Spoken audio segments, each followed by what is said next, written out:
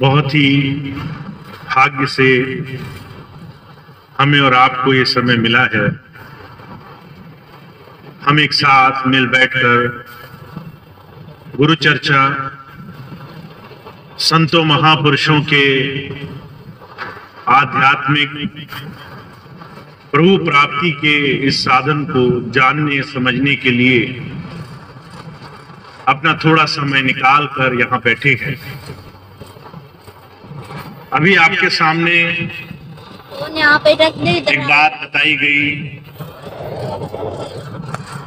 कि बहुत ही समय के बाद यहाँ का सत्संग, यहाँ का कार्यक्रम लग पाया है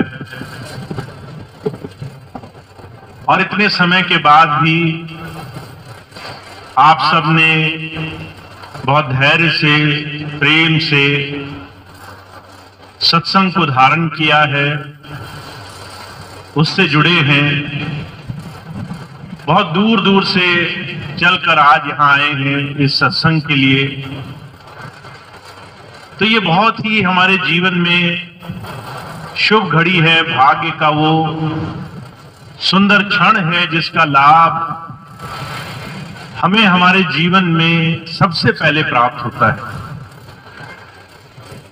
आप सबको शायद इस बात का अंदाजा न हो, पर जब हम दुनिया के हजार काम छोड़ करके उस मालिक की याद के लिए थोड़ा समय निकालते हैं, सच्चे दिल से उसकी तरफ बढ़ने के लिए कदम रखते हैं, अपने जीवन में इस संसार के, इस जन्म मरण के बंधन से पार उस प्रभु को पाने की चाहना हमारे हृदय में आती है, तो वो हृदय, वो इंसान, वो जीव बड़ भागी हो जाता है। गुरबाणी में कहा गया है, ऐसा एक क्षण आपको मिले, सोई गली सुलखनी जब साहेब आवे याद, लेखे में सोई घड़ी बाकी दिन बर्बाद। अगर ऐसा क्षण आपको जीवन में मिल रहा है, जब आपके मन में विरह है, प्रेम है, संसार में दुनिया की तमाम चीजों के बाद जो प्रभु हमें अभी मिला नहीं, उस प्रभु को पाने की एक चाहना, एक लगन बनी है, ऐसा एक क्षण जहां संतों महापुरुषों का सानिध्य मिला है, सत्संग मिला है, वो हमारे जीवन में सबसे पहले हमारे ऐसे कर्मों में लिखा जाता है जिससे हमारा बड़े से बड़े पाप, बड़े से बड़े बंधन छुड़ाने का काम बन जाए। आज आपको ऐसा सुंदर अवसर मिला तो आपको इसका लाभ उठा लेना है। महाराज जी कहा करते थे, अगर आपको कहीं ऐसे वीराने में हीरा मिल जाए, बहुत कीमती चीज मिल जाए, तो आप उसको खाली नहीं छोड़ते। ऐसे ही अगर आपको अपने संसार के जन्म मरण के हजारों बंधनों में, दुनिया के हजार संकटों में, हर रोज की मुसीबतों में अगर उस मालिक की याद आ रही है, किसी महापुरुष से जीवन जीने का तरीका मिल रहा है, इस मनुष्य जीवन को सार्थक कैसे करना है, ये साधन आपको प्राप्त हो रहा है, तो वो बहुत बेशकीमती क्षण है। संतों महापुरुषों का सानिध्य एक खास वजह से होता है। आज अगर हम देखें, संसार में महात्माओं को मंशा पूर्ण, मन वांछित इच्छा प्राप्त करने का साधन समझा जाता है कि वो फलाने बाबा है, वो बबूत दे देंगे, वो फलाने महात्मा है, सिद्ध योगी हैं, तो वो हमारे काम बना देंगे। दुनिया की भौतिक वस्तुओं को पाने के लिए हम महापुरुषों के पास जाते हैं, संसार की इच्छाएं पूर्ति के लिए हम संतों को खोजते हैं।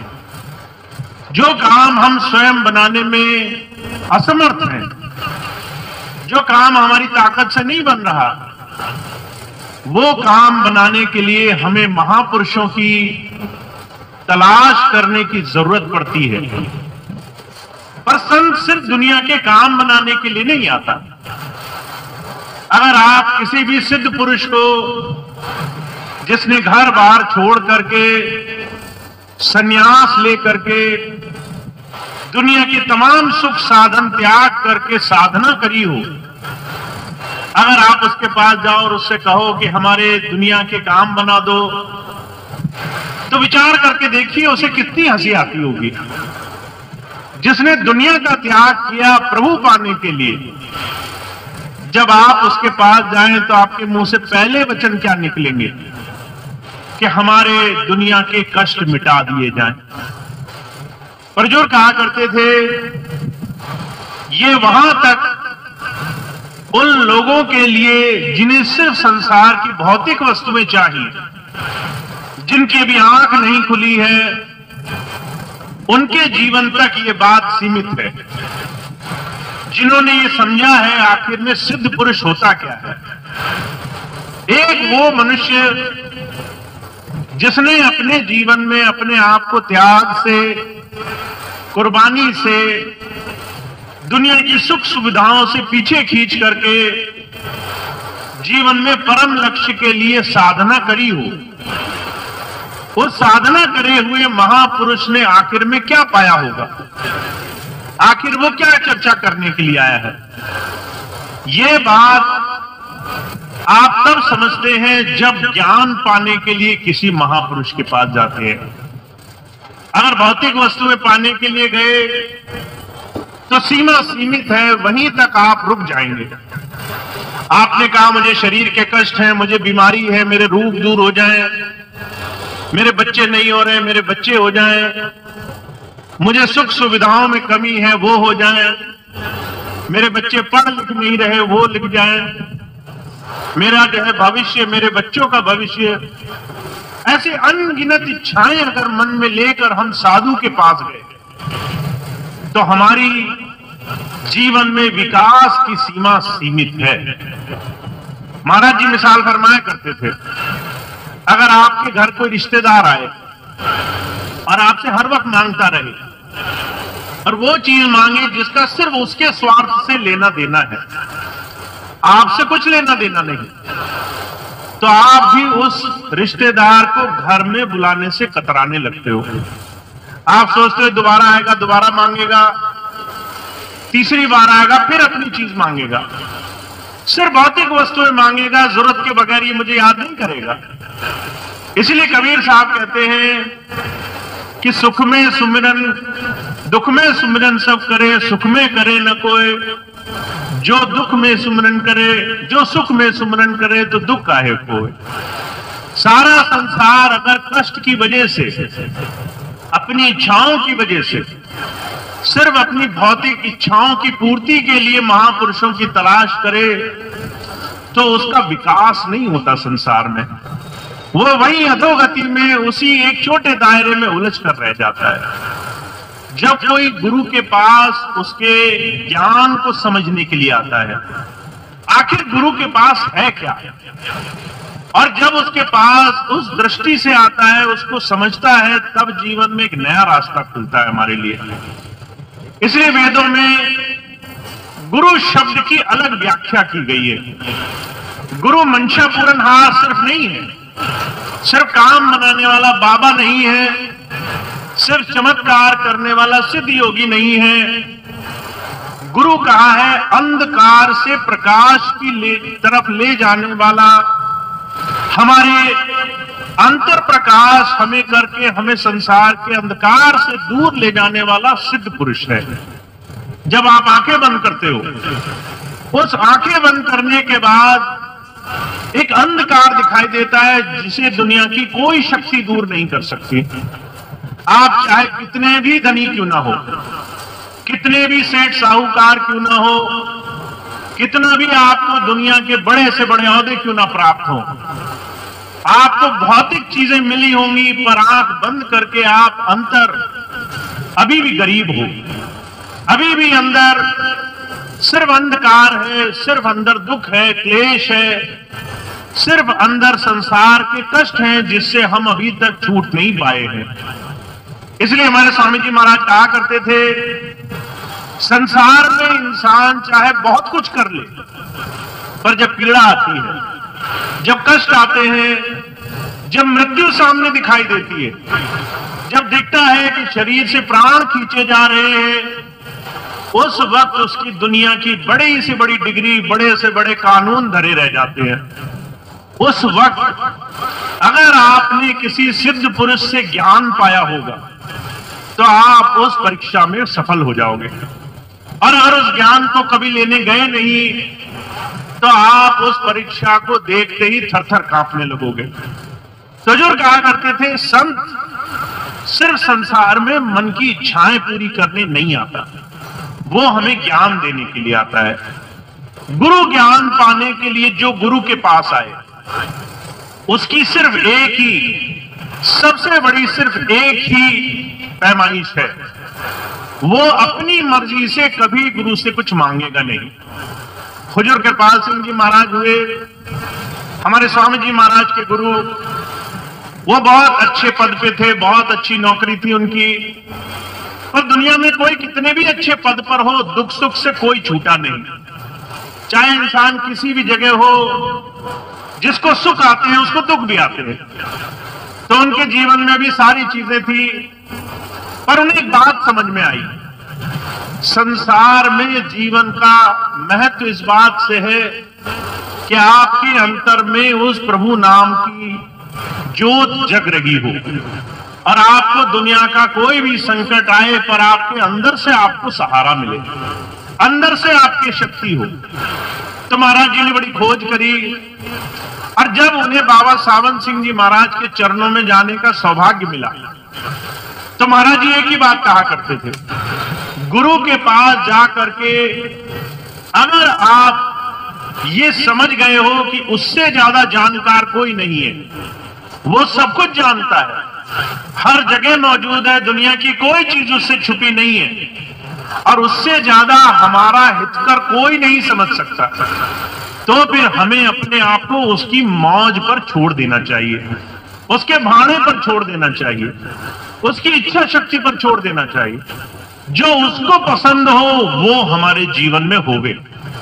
अगर वो चाहता है कि हमें संसार में कष्टों से होकर पार होना है, उसकी दया में रहे, तो हम उसमें भी राजी हैं, उसमें भी हम खुश हैं। और अगर वो चाहता है कि संसार में सुख है पर हम बहुत ज्यादा सुखों को भोगे नहीं, बल्कि उसमें भी संयम रखें, उसमें लंपट ना हो जाए, उसमें आलस में ना आ जाए, संसार के भोग विलास में न चले जाएं, तो वो भी हमें राजी होना चाहिए। तो महाराज जी ने कहा, मैंने जब अपने हुजूर के चरणों में जाने का सौभाग्य पाया, तो एक चीज समझिए, महापुरुषों की राजी में रजा होनी चाहिए। आप अपनी इच्छाएं दोगे तो वो समाप्त नहीं होंगी। आपने इस चीज का अनुभव किया होगा। आज से 10 साल पहले आपकी एक इच्छा रही होगी, 15 साल 20 साल पहले की इच्छा रही होगी, पर वो आखिरी इच्छा नहीं रही होगी। उसके बाद 100 इच्छाएं और पनपी होंगी, 100 इच्छाएं और आई होंगी। आज शरीर में कष्ट है, वो ठीक हो जाए तो इसका मतलब ये नहीं कि कल बच्चों के लिए चिंता नहीं करोगे।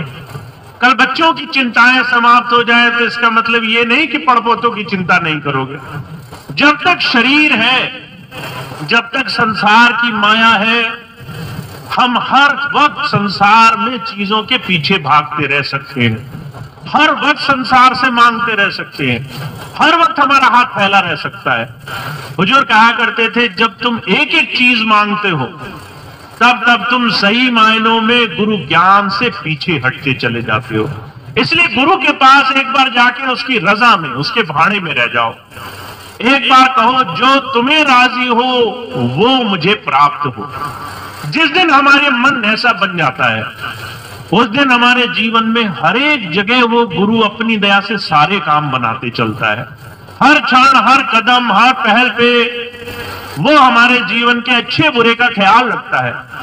हुजूर कहा करते थे, अगर किसी मरीज के पैर में कांटा चुभ जाए तो उसके कांटे निकालने के लिए कई बार डॉक्टर को सुई का भी इस्तेमाल करना पड़ता है, और कई बार किसी को बहुत दर्द हो रहा हो तो उसको प्यार से पुचकारना भी पड़ता है। दोनों ही काम जैसे एक माता अपने बच्चे के लिए कर लेती है, जैसे कोई डॉक्टर अपने किसी मरीज के लिए कर लेता है, ऐसे ही गुरु ये दोनों ही काम अपने शिष्य के लिए उस दिन करता है जिस दिन हम एक बात को दिल में बसाकर उसके पास जाते हैं कि हमें उसकी रजा में रहना है, हमें उसकी मौज में रहना है, हमें उसकी दया के अनुरूप अपने जीवन में अपना जीवन गुजारना है। और जब हम ऐसी बात अपने जीवन में बसाकर चलेंगे, गुरु ज्ञान से जिस दिन जुड़ेंगे, गुरु की बात उसकी आज्ञा से जिस दिन जुड़ेंगे, तब हमें दो चीजें समझ में आती हैं। गुरु सिर्फ हमें परम पद के लिए नहीं ले जाने आया। वो ये नहीं कहता कि मेरा तुम्हारा नाता सिर्फ शरीर के बाद है, वो तुम्हें जीते जी भी तुम्हारे हर एक काम में मदद करता है, तुम्हारे हर एक कदम पर तुम्हारे लिए संभाल की रास्ता बना करके रखता है, तुम्हें पहले से तरीका बताता है जीवन कैसे जियो जिससे तुम कम से कम संसार की चीजों से प्रभावित हो। अगर तुम्हें संसार में कोई दुख आए तो तुम्हें कैसे रहना चाहिए, सुख आए तो तुम्हें कैसे रहना चाहिए।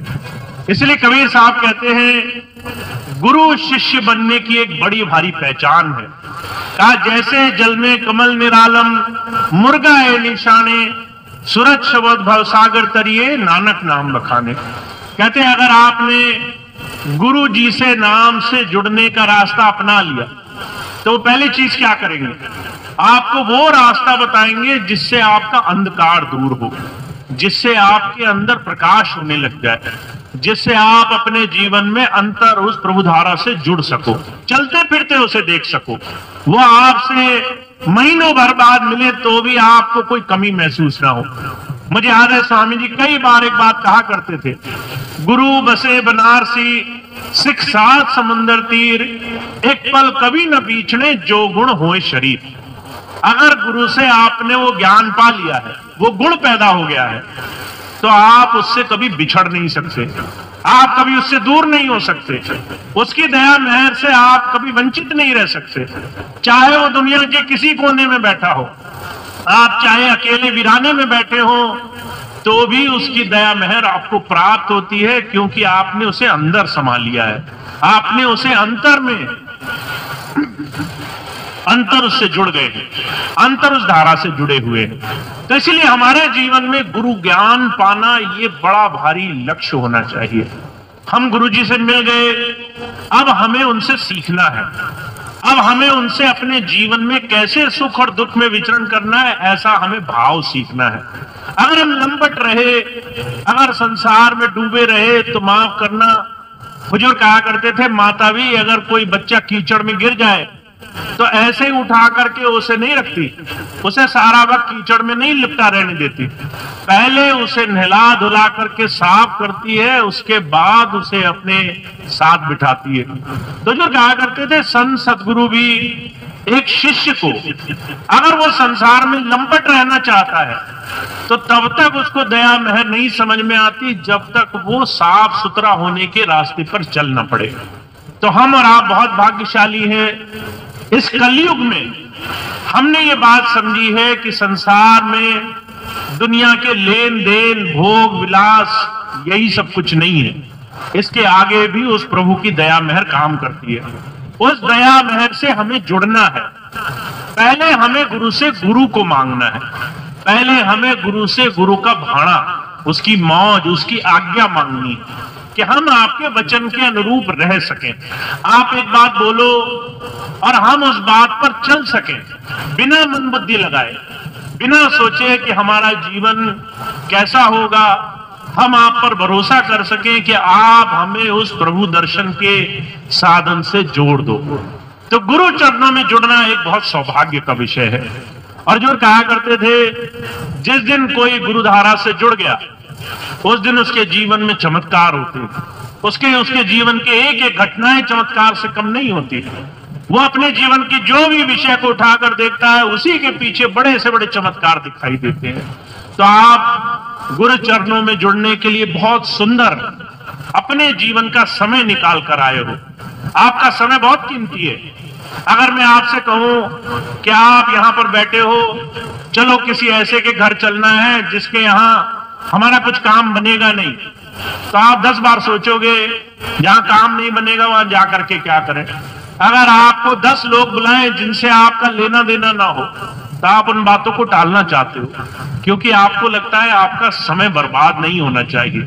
ऐसे कीमती समय को आप लेकर गुरु की शरण में आकर के बैठे हो, तो इस समय का सदुपयोग क्या है? पहले हमें गुरु से गुरु का भाणा, उसकी रजा मांगनी है। दुनिया की चीजें तो अपने आप मिल जाएंगी। हुजूर कहा करते थे, जिसने उस प्रभु को पा लिया उसको दुनिया की तमाम चीजें उसको पाने में कोई देर नहीं लगती। वो सारी चीजें उसमें समाहित होती हैं, अपने आप आकर के आपको मिलती हैं। तो हमें सिर्फ एक प्रयास करना है, गुरु ज्ञान हमें मिले, गुरु से नाम हमें मिले, गुरु से उसकी रजा में रहने का वरदान हमें मिले, उसकी जो सच्चाई की, सच्चे जीवन को जीने की कला है, उसको जीने का एक साधन, एक रास्ता हमें मिले। तो ऐसे संकल्प के साथ जो आते हैं वो अपने जीवन में एक एक क्षण को गुरु की शरण में रह करके उसका बहुत भारी लाभ उठा लेते हैं। तो ये संकल्प आपको लेना है, ये निर्णय आपका होना चाहिए। आप गुरु जी के पास क्यों आए हो? आप गुरु के पास क्या पाना चाहते हो? अगर आपको सिर्फ दुनिया की चीजें चाहिए, काम तो वो भी हो जाएंगे, पर फिर एक के बाद, दो के बाद वहां पर रुकावट लग जाएगी। आप हमेशा नहीं मांगते रह सकते। हुजूर कहा करते थे कि भाई कोई भी घाटे का सौदा नहीं करना चाहता। जैसे आप चाहते हो आपके काम बन जाए, वैसे गुरुजी भी चाहते हैं कि उनका भी काम बन जाए। और उनका काम क्या है? हर एक उस जीव को जिसके लेखे में प्रभु से मिलने का थोड़ा संजोग बैठा है, उसको मन माया से साफ करके थोड़ा प्रभु नाम से जोड़ा जाए। आपको आपके जीवन में थोड़ा सा सरल बनाया जाए, थोड़ा सा प्रभु में विश्वास करने योग्य बनाया जाए, थोड़ा सा उसके भाड़े में रहना सिखाया जाए, थोड़ा सा उस मालिक के नाम से भी अपना दिन गुजारना सिखाया जाए। तो गुरु जी का काम यह है कि आपको संसार के साथ साथ प्रभु पद भी प्राप्त हो, और आपका काम यह है कि आपके संसार की चीजें चलती रहें। तो दोनों ही काम कब बनते हैं? जब हम गुरु के भाणे, उसकी मौज को अपने जीवन का एकमात्र मंत्र बना लेते हैं कि हमने गुरु से गुरु को मांगना है, गुरु की रजा, उसका ज्ञान मांगना है, और उससे सारे काम आपके अपने आप आसानी से होने लग जाएंगे। तो आप बहुत भाग्यशाली हैं। आपको ऐसे कलयुग में जहां कोई किसी को फूटी आंख देखकर खुश नहीं हो रहा, ऐसे में आपको अपने समय में उस मालिक की तरफ जुड़ने का भाव पैदा हुआ है। ये भाव जो आपके अंदर आया है बहुत भाग्य से आया है। अब इसका सही उपयोग करो, इसको ज्ञान पाने में लगाओ, अपने हर रोज में से थोड़ा समय निकालो और गुरु के बताए हुए रास्ते पर अपने जीवन को रोज जोड़ना शुरू करो। तो जो नाम से जुड़े हैं उनके लिए रास्ता आसान है, उन्हें तरीका मालूम है, उन्हें युक्ति मालूम है, उन्हें साधन मालूम है, उन्हें सिर्फ थोड़ा सा समय निकालना है। और जिन्हें अभी नाम नहीं मिला उन्हें मौका है, वो नाम ले सकते हैं, तरीका सीख सकते हैं, जीवन में संसार के साथ साथ प्रभु भक्ति कैसे करनी है इस साधन को जीते जी प्राप्त कर सकते हैं। तो स्वामी जी महाराज तो इतनी बात कह रहे हैं कि हमें अपने जीवन में पहले संतों महापुरुषों के सच्चे स्वरूप को समझना है। अगर हम समझ गए वो प्रभु पुत्र है, वो परमात्मा का भेजा हुआ है, तो फिर हम दुनिया के तमाम भौतिक सौदे उससे नहीं मांगेंगे। हम कहेंगे तुम प्रभु देश से आए हो, प्रभु का ही भेद हमें दो, प्रभु का ही ज्ञान हमें दो, जिसके तुम माहिर हो हमें उसी चीज में माहिर बना दो। तो आप बहुत भाग्यशाली हैं। अगर आपने अभी नाम नहीं लिया, अगर आपने तरीका नहीं सीखा, तो आपके पास अवसर है, तरीका सीखें, जीवन को साधने का, जीवन में संकल्प लाने का, जीवन में संसार के साथ साथ प्रभु को भी स्थान देने का, ताकि आपका हर रोज प्रभु नाम से ओतप्रोत हो, हर दिन उस प्रभु नाम से चल रहा हो। तो स्वामी जी की तो इतनी बात है कि आपको अपने जीवन में नाम अगर मिल जाए तो इस नाम से जीवन के सारे बड़े बड़े काम आसानी से हो सकते हैं। तो आप इस नाम से जुड़िए, नाम को जीवन का आधार बनाइए ताकि आपका जीवन सरल हो, आपका जीवन उस प्रभु भक्ति के रास्ते पे भी चलने वाला बने। तो इतनी बात कह के मैं अपनी बात समाप्त करता हूँ। स्वामी जी का यही संदेश है कि आप अपने जीवन में इस धारा से जुड़े और आप अब इस पर विश्वास करें कि आपके जीवन में नाम है, तो आप नाम धारा को जीवन में लेके आए। तो ये स्वामी जी की बात थी जो मैंने आपकी सेवा में रखी। अब इतनी बात कह के मैं अपनी बात समाप्त करूंगा। आप सभी भाई बहनों का बहुत बहुत धन्यवाद है। मुझे बताया गया आप लोग 2 बजे से यहाँ पर बैठे हैं सत्संग में और बड़े प्रेम भाव से आप लोग शब्द में गुरु की याद में अपना समय दे रहे हैं। तो ये घड़ी, ये क्षण बहुत सुलभ है, बहुत ही प्रभु की देन से आपको मिले हैं और स्वामी जी आपको खूब खूब दया करें। आपके जीवन में ये हर एक पल जो आपने ऐसा गुजारा हुआ, आपके जीवन में हर तरह से सुख और शांति वो लेकर आए, ऐसी मेरी प्रार्थना रहती है। तो इतनी बात कह के मैं अपनी बात समाप्त करता हूँ।